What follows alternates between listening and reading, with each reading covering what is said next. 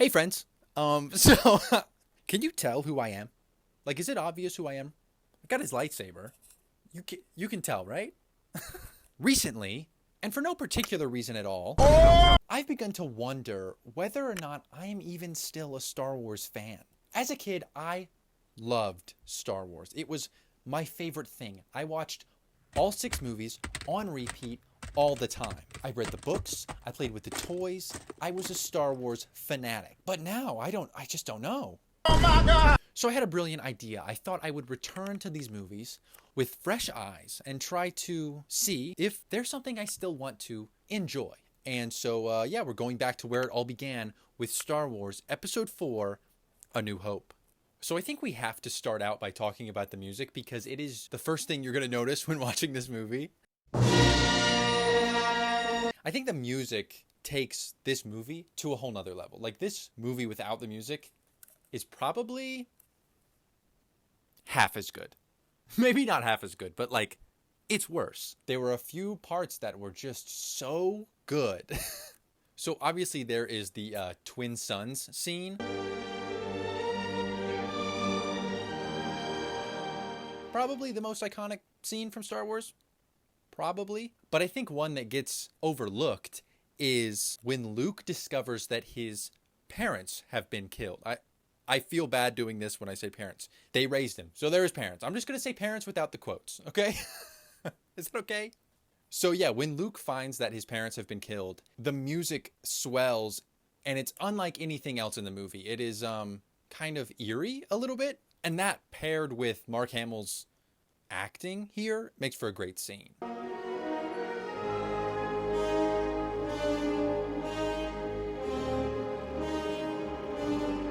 It's probably my favorite scene in the movie. Weird to say that my favorite scene is when Luke's parents die, but it's really well done, I think. Another musical scene that I liked was when the Force theme plays, when we meet Obi-Wan. Obi-Wan Kenobi. That's like a terrible impression of the Force theme, but look, I'm trying my best. Oh, and how could I forget the Cantina music? I mean, that's an all-time classic. I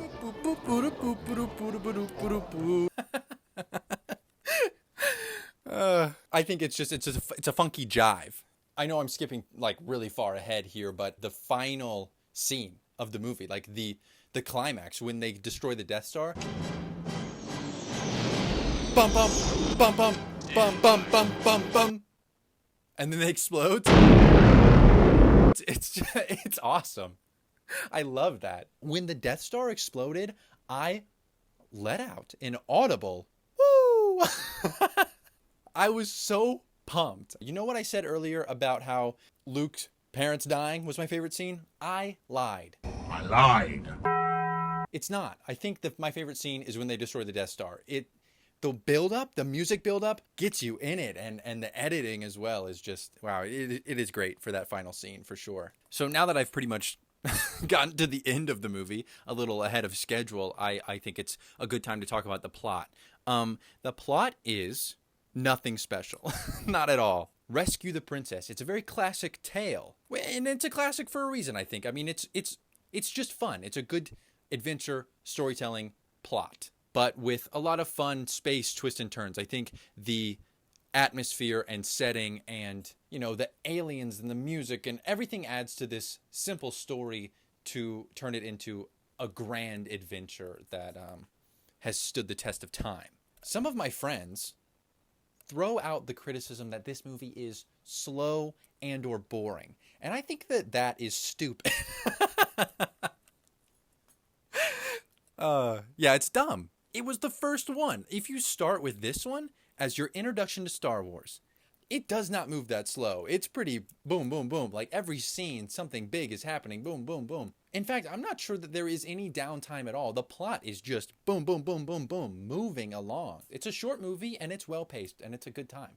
Something just moved past my leg. It's a classic, but it's done really well. Especially when the princess that you're saving is Princess Leia, who is, a snarky badass throughout the movie. A little short for a stormtrooper. Huh?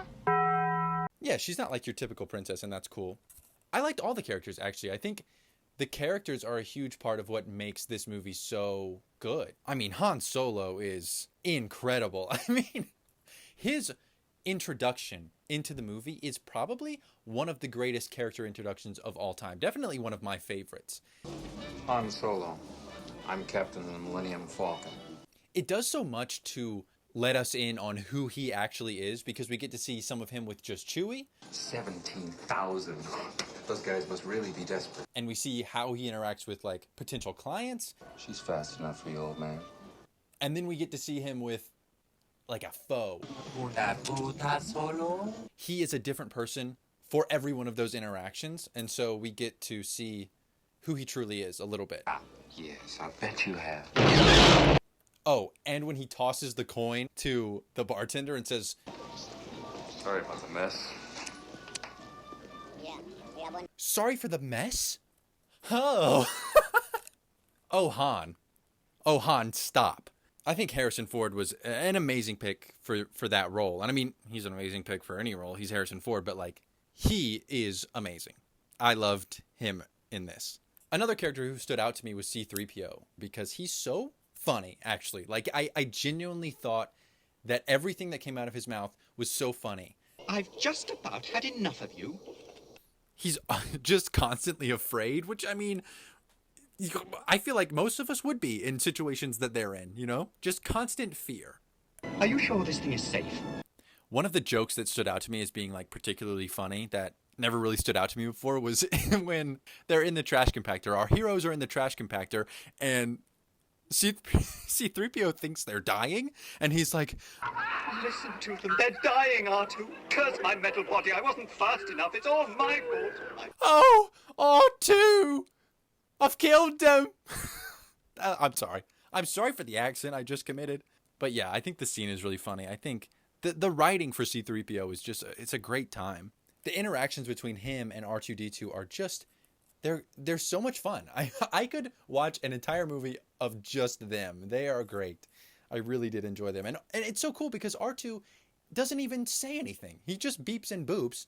And, you know, you get the conversation elements out of it just from C-3PO's response. Just you reconsider playing that message for him. No, I don't think he likes you at all. No, I don't like you either. Anthony Daniels as C-3PO did an amazing job. And also his design is sick. Both of their designs are sick.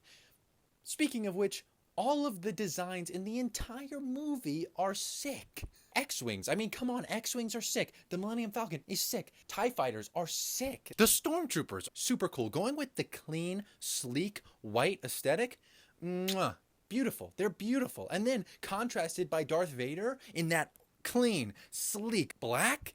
Oh, it's so good. He's got the cape too. Oh, that moment when he walks onto the Tantive 4 for the first time, bum, bum, bum, bum. It's like, oh, there he is. The evil guy, you know? The most iconic villain, I would say, probably. Besides Hitler and the devil, he is the most, wow. I'm trying to think if I'm wrong, but I think I'm right. Yes, I would say he's like third behind Hitler and the devil, but he gets redeemed at the end. Man, a Hitler redemption arc would be crazy. Is that funny? Can I say that? Wow, I'm having a good time. I'm having a good time with this one. Yeah, but anyway, his whole attire is iconic, mixed with, oh my gosh. I mean, can we talk about lightsabers for a second? I grew up in a post-Star Wars world, okay? Lightsabers were just a part of my life for my entire life. So I never really stopped and thought, man, these are awesome. Because you know what? They are awesome. I will say, while we're talking about lightsabers, the one and only lightsaber fight in this movie is pretty bad. But I don't know what else. I think they did the best with what they were working with, you know? I have seen re-edits or recuts or remakes even of this scene. And yeah, it's great. But it wouldn't work in this movie, I don't think. It doesn't fit in with the rest of this movie. The lightsaber fight that's in it fits right in there. Just mwah. There it is. It's a little silly, goofy lightsaber fight. You know, it's kind of corny, kind of cheesy. And so is the rest of the movie. It's just a little corny and cheesy fun action.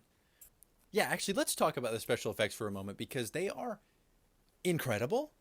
Some of the stuff just, I think, no, almost all of the stuff holds up so well, especially the creatures. I mean, the creatures look incredible. They hold up better than the CG creatures that George Lucas added.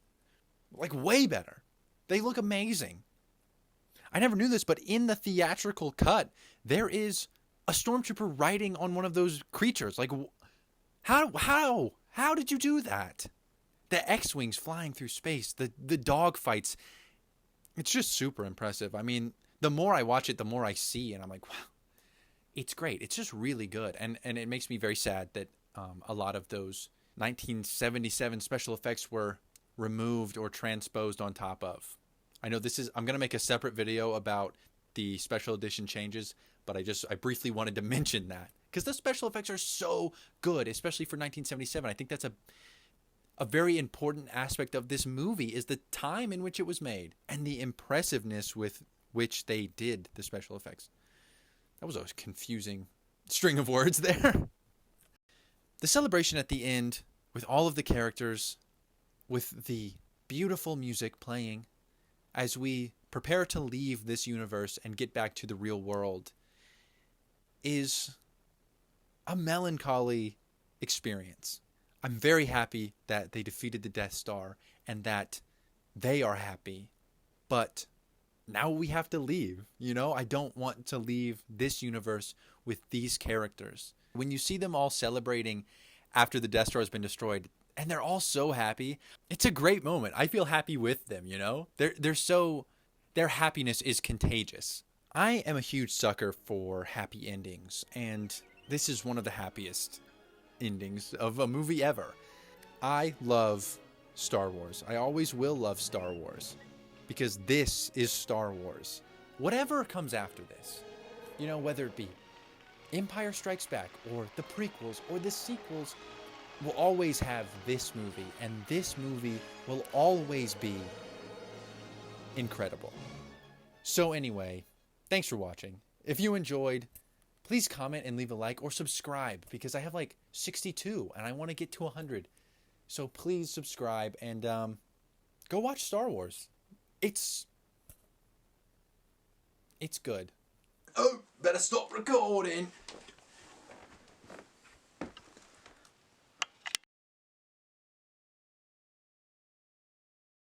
I would just like to say that everyone got all up in arms about Chewbacca not getting his medal. But hear this, okay? R2-D2 and C-3PO didn't get a medal. I'm sorry, let me repeat that. R2-D2 and C-3PO, the carriers of the plans, did not get medals.